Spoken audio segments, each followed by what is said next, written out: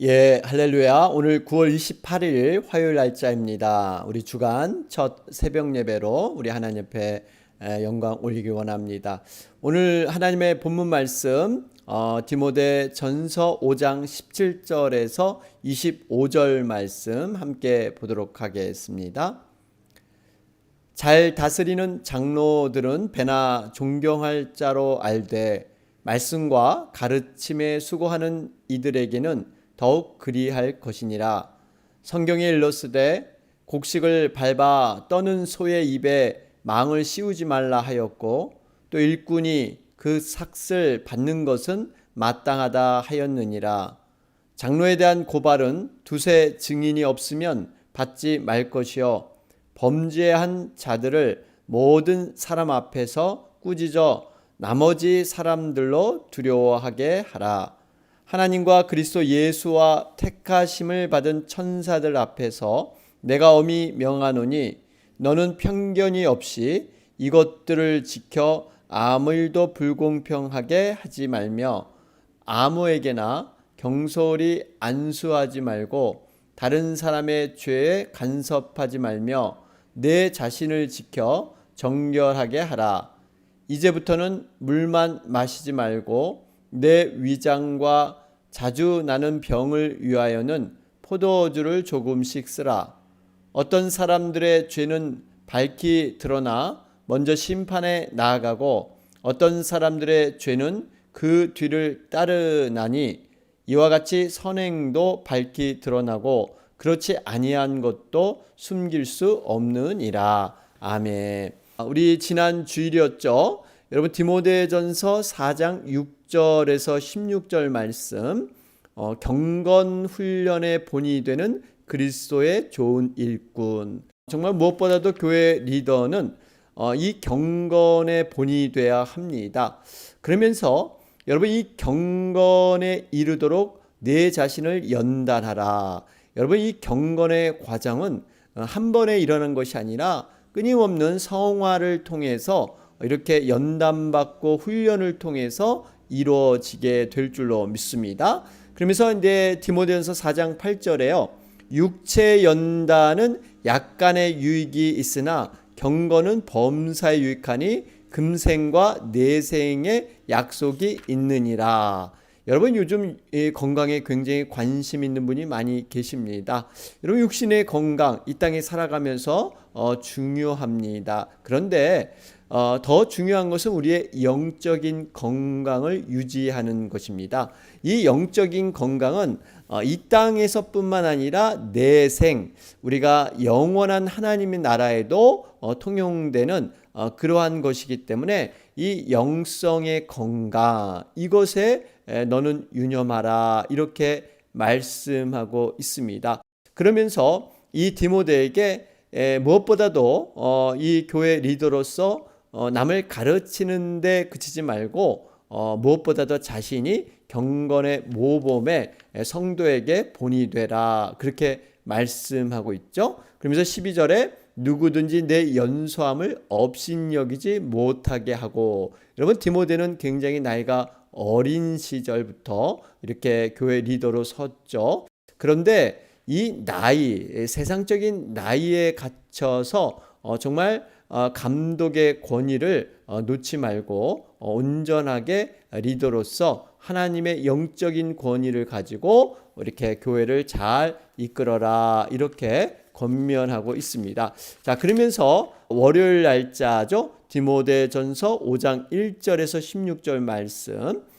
실제적으로 그러면 사람들과의 관계, 이 관계를 어떻게 하면서 목회를 할 것인가 하는 권면의 말씀을 주고 있죠. 관계를 세우는 존중, 약자를 돌보는 긍휼. 성도는 어떻게 보면 영적인 한 가족입니다.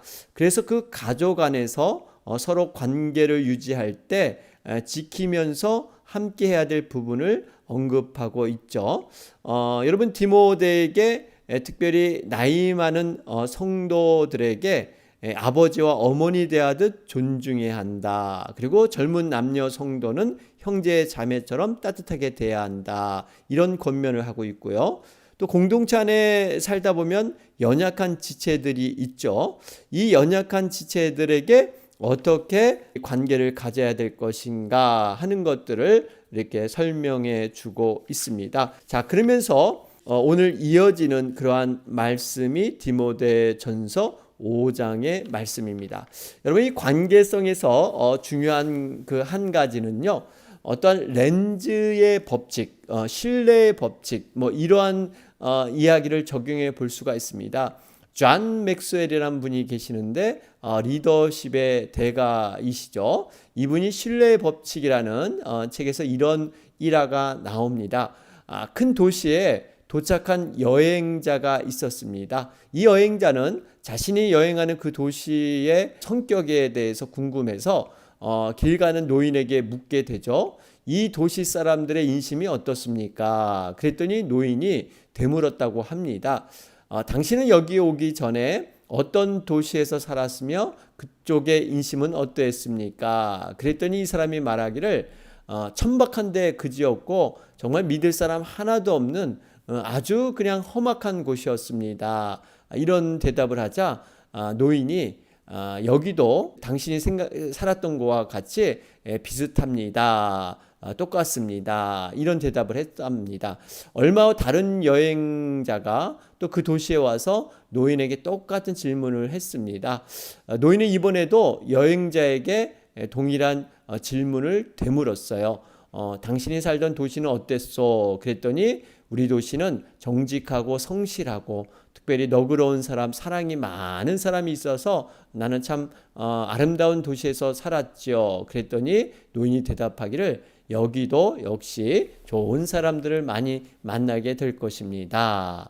여러분, 이 의미가 무엇일까요? 존 맥스웰은 이를 렌즈의 원칙이라고 설명을 합니다. 개인은 상황이나 어떤 조건에 따라서 상대방을 보는 관점이 달라진다는 것입니다. 자기가 경험한 것을 가지고 자기가 체험하고 자기가 느낀 것을 가지고 상대방을 바라보는 이런 렌즈라는 것이 있다는 것이죠. 여러분, 우리 믿는 자들의 렌즈는요, 자신의 경험과 자신의 판단이 아니라 예수 그리스도의 렌즈, 다시 말하면 예수님의 눈을 통해서 우리 사건과 사물과 영혼들을 바라보는 것, 여러분, 이것이 진정한 하나님의 원하심이다 하는 것도 우리가 깨닫게 됩니다. 자, 그러면서 오늘 이어지는 말씀이 지도자를 섬기는 성도, 공평하고 신중한 지도자. 여러분, 오늘 17절 말씀을 보시면 잘 다스리는 장로들은 배나 존경할 자로 할 때 말씀과 가르침에 수고하는 이들에게는 더욱 그리할 것이니라. 장로들 언급을 하고 있는데요. 두 종류의 장로들이 있죠. 다스리는 장로와 말씀을 가르치는 장로. 그래서 앞에를 치리 장로라고 그러고요. 뒤를 이렇게 teaching, 가르치는 장로. 뭐 이렇게 명하기도 합니다. 여러분, 어떻게 보면 사역자의 모습이 바로 이러한 그 장로들로 표현할 수 있는데요. 여러분, 이 사역자 입장에서는 행정과 또 말씀의 진리를 수호하는 이 두 가지 일을 다 겸하고 있습니다. 그래서 교회를 반듯하게 세우기 위해서 그렇게 하나님의 권위를 위임받아서 교회를 치리하고 교회를 하나님의 원하신 대로 이끄는 것이죠. 그런데 여기서 중요한 것은요, 여기 이 다스리는 거와 또 말씀과 가르침에 대한 것, 어느 부분이 더 의미 있고 중요하느냐? 뒷것이라는 겁니다. 말씀과 가르침에 수고하는 이들에게는 더욱 그리할 것이니라. 여러분, 이렇게 다스리는 장로도 존경하지만 더욱 존경해야 할 것은 말씀과 가르침에 수고하는 자. 왜 그럴까요? 여러분, 말씀은 정말 하나님의 말씀이기 때문에 존귀한 것을 다룬 사람을 존귀하게 여기라 하는 그러한 의미가 있습니다.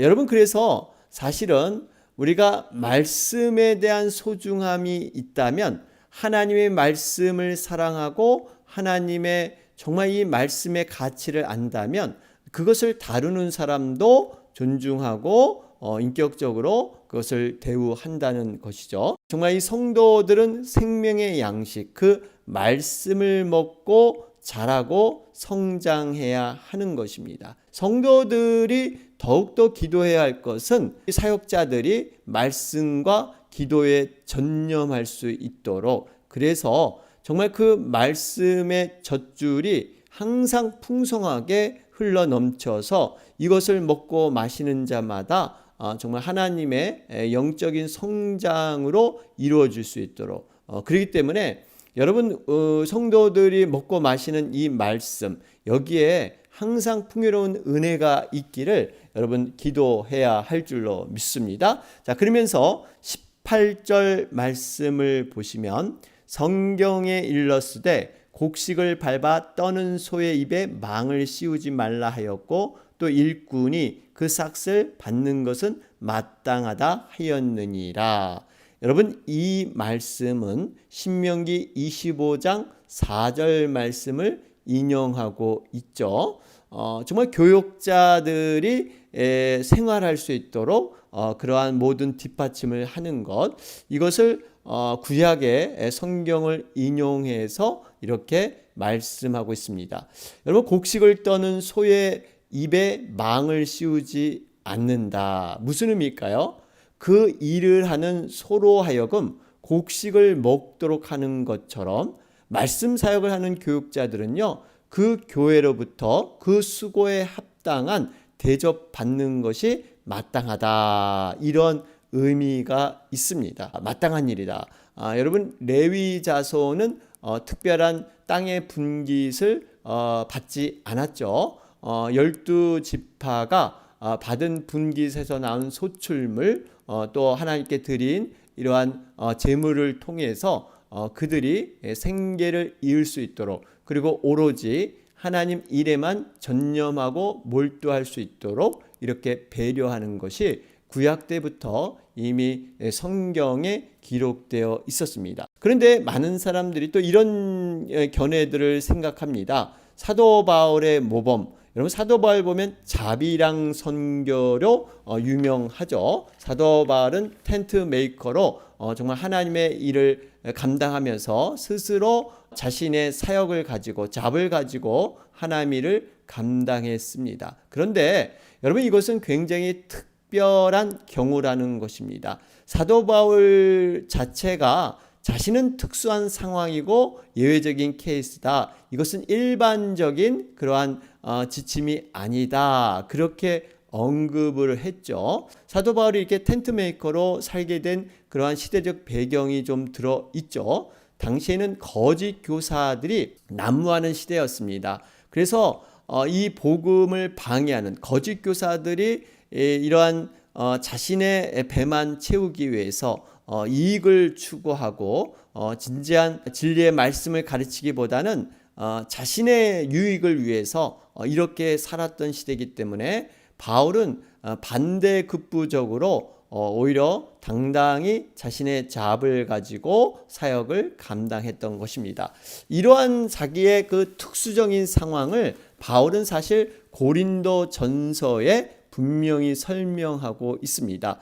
고린도전서 9장 13절 14절 말씀을 보시면 성전의 일을 하는 이들은 성전에서 나는 것을 먹으며 제단에서 섬기는 이들은 제단과 함께 나누는 것을 너희가 알지 못하느냐. 이와 같이 주께서도 복음 전하는 자들이 복음으로 말미암아 살리라 명하셨느니라. 그러죠. 성전의 일을 하는 사람은 성전에서 나는 것을 먹고 생활하게 되었고, 제단에서 정말 섬기는 자는 제단과 함께 나누는 것을 그렇게 인정하고 있는 것이 바로 사도 바울인 것입니다.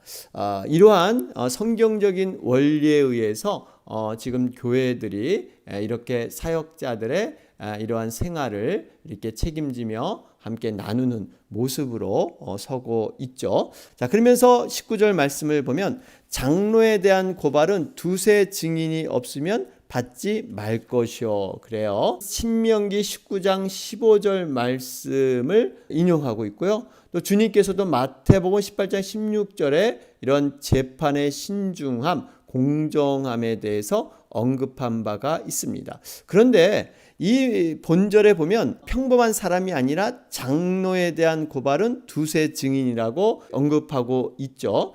왜 이렇게 장로에 대한, 다시 말하면 교회 지도자에 대한 이러한 것을 강조하고 있을까요?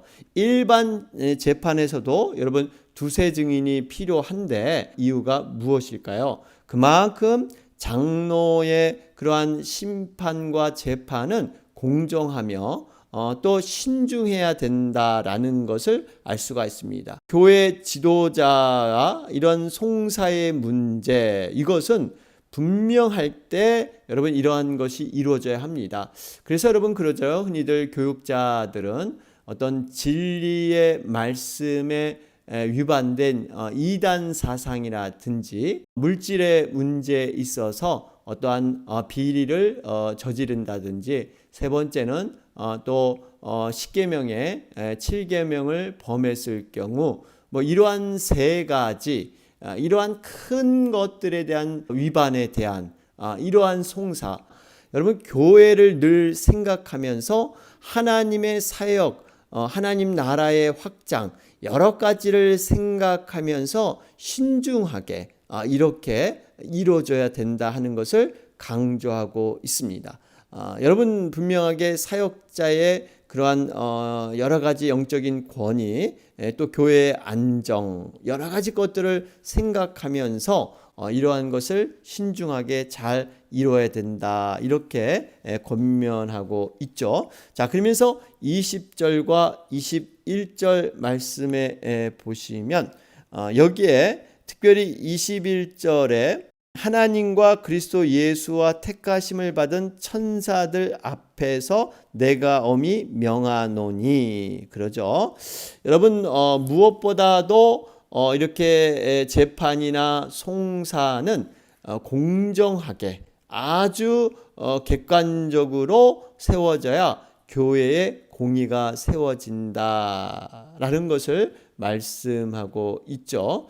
22절 말씀을 보시면요, 아무에게나 경솔히 안수하지 말고 다른 사람의 죄에 간섭하지 말며 내 자신을 지켜 정결하게 하라, 그러죠. 여러분 이 의미는요, 사실 사도 바울이 디모데에게 아무에게나 경솔하게 안수하지 말라, 이 뜻은 직분자를 세우기 위해서 안수라는 것을 전제로 얘기를 하고 있습니다.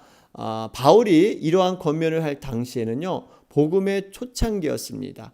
사실 많은 일꾼들이 필요한 시기였는데 안수를 통해서 직분을 세우는 자, 안수집사와 장로로 볼 수가 있는데요, 이러한 신중한 자세, 정말 신중한 자세로 세워야 된다, 이렇게 말씀하고 있습니다. 막중한 자리이기 때문에 이 책임과 사명을 온전히 감당할 직분자를 세워야지, 만약에 직분을 감당하지 못하는 이러한 형편의 사람을 세우게 되면 결국 교회와 하나님 나라의 확장에 막대한 피해를 입힐 수 있다, 이런 관점에서 정말 여러 가지 것들을 살피고 시험해 보고 그러한 자격을 상세하게 점검한 후에 세워야 된다, 이렇게 말씀하고 있습니다.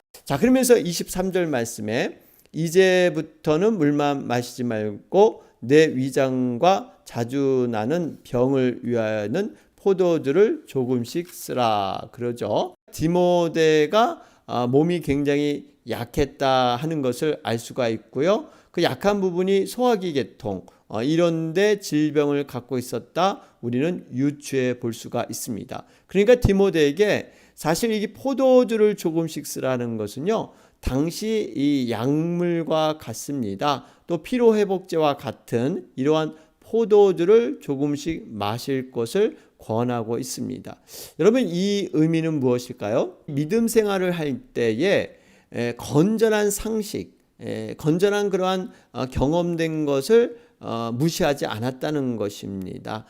우리가 흔히들 믿음이라 하면 물론 초월적인 능력으로 하나님께서 터치해 주시는 그러한 정말 축복의 통로가 되죠. 그런데 이 땅에서 일어나는 그런 상식적인 것, 이것을 완전히 배제하지 않고 이 상식과 지식을 받아들이면서 바울도 인정했다라는 것을 알 수가 있습니다. 우리가 어떠한 병이 났다 하면은 이 병을 기도로 고쳐야 된다, 믿음으로 이것을 정말 헤쳐나가야 된다. 우리가 병원 가는 거, 약 먹는 것, 이건 어떻게 보면 참 믿음 없는 행위다. 하나님께서 반드시 병든 자를 낫게 해주신다고 약속하셨는데 뭐 병원에 가느냐? 여러분, 그렇지 않죠. 분명히 하나님께서도 병원의 의사 선생님의 손을 통해서도 여러분 치유하고 계십니다. 그러니까 그러한 건전한 상식, 여러분, 우리가 차를 타면 안전벨트를 매야죠. 하나님께 다 지켜주시고 정말 눈동자같이 하나님의 자녀를 인도해 줄 텐데 뭐 안전벨트 안 해도 나는 거뜬하게 이상 없다, 아니죠. 분명히 상식적인 이러한 것들을 크리스찬들이 행해야 하는 것입니다. 결국 이러한 상식 안에서 믿음도 자라게 되고 또 인간적인 도리 안에서도 믿음이 이렇게 기반이 돼서 올라가게 되는 것이지, 이걸 전혀 무시하고 특별한 믿음을 요구하지 않는다는 것입니다. 우리가 이러한 것들을 잘 기억하면서 우리 어떻게 이 땅에서 정말 믿음으로 살아갈 것인가 하는 것들을 우리가 적용해 볼 수가 있습니다. 자, 그러면서 24절에 어떤 사람들의 죄는 밝히 드러나 먼저 심판에 나아가고 어떤 사람들의 죄는 그 뒤를 따르나니, 그러죠. 여러분, 우리가 참 사람들은 속이고 눈 가릴 수 있지만 하나님은 우리를 불꽃 같은 눈으로 감찰하십니다. 우리 마음의 태도와 동기까지도 하나님은 보고 계시죠. 그렇기 때문에 하나님 앞에 드러나지 않는 것은 없습니다. 그렇기 때문에 우리가 사람 앞에 사느냐 하나님 앞에 사느냐 코람되어 우리가 늘 하나님 앞에 정말 살아가는 것, 여러분, 이것이 진정한 믿음의 모습인 줄로 믿습니다. 그러면서 25절의 결론의 말씀이 이와 같이 선행도 밝히 드러나고 그렇지 아니한 것도 숨길 수 없느니라. 여러분, 선행도 밝히 드러난다. 우리가 정말 예수님께서 작은 자에게 물 한 그릇 대접한 곳이 곧 나에게 한 것이다. 제자들이 예수님께 직접적으로 먹이고 입히고 그렇게 선행을 하지 않았는데 예수님께서 너희가 나에게 했다. 우리가 언제 했습니까? 너희들이 정말 이 주변에 있는 소외된 사람들에게 정말 배고플 때 먹이고 추울 때 입혔고 잠잘 데가 없을 때 너희들이 재워줬고 이런 일을 했는데 그것이 바로 곧 나에게 한 것이다. 이렇게 말씀하시죠. 여러분, 이 선행이 밝게 드러난다. 우리가 주님을 위해서 하는 그러한 작은 것 하나도 여러분 땅에 떨어지지 않는 줄로 믿습니다. 분명히 하나님께서는 모든 것을 보고 계시고 우리의 작은 것 하나도 기억하셔서 정말 하늘의 놀라운 보상과 상급, 칭찬으로 우리에게 돌려주신다는 것입니다. 그렇지 아니한 것도 숨길 수 없느니라. 선행에 반대되는 것이죠. 우리가 죄를 짓고 악을 도모하고 이러한 성령에 거슬리는 모든 것들 반드시 숨길 수 없다 말씀하고 있습니다. 자, 오늘 말씀 정리해 보면 지도자를 섬기는 성도, 공평하고 신중한 지도자. 자, 우리 각자 말씀을 적용하면서 오늘 화요일 날짜입니다. 오늘은 미국과 한국을 위해서 우리가 집중 기도하는 날이죠. 이 모든 일상적인 삶이 속기 회복될 수 있도록 여러분 위해서 계속해서 기도해 주시기 바랍니다. 육신이 연약한 지체 또 회복을 위해서 여러분 간절히 기도해 주시기 바랍니다. 다 같이 기도 드리겠습니다.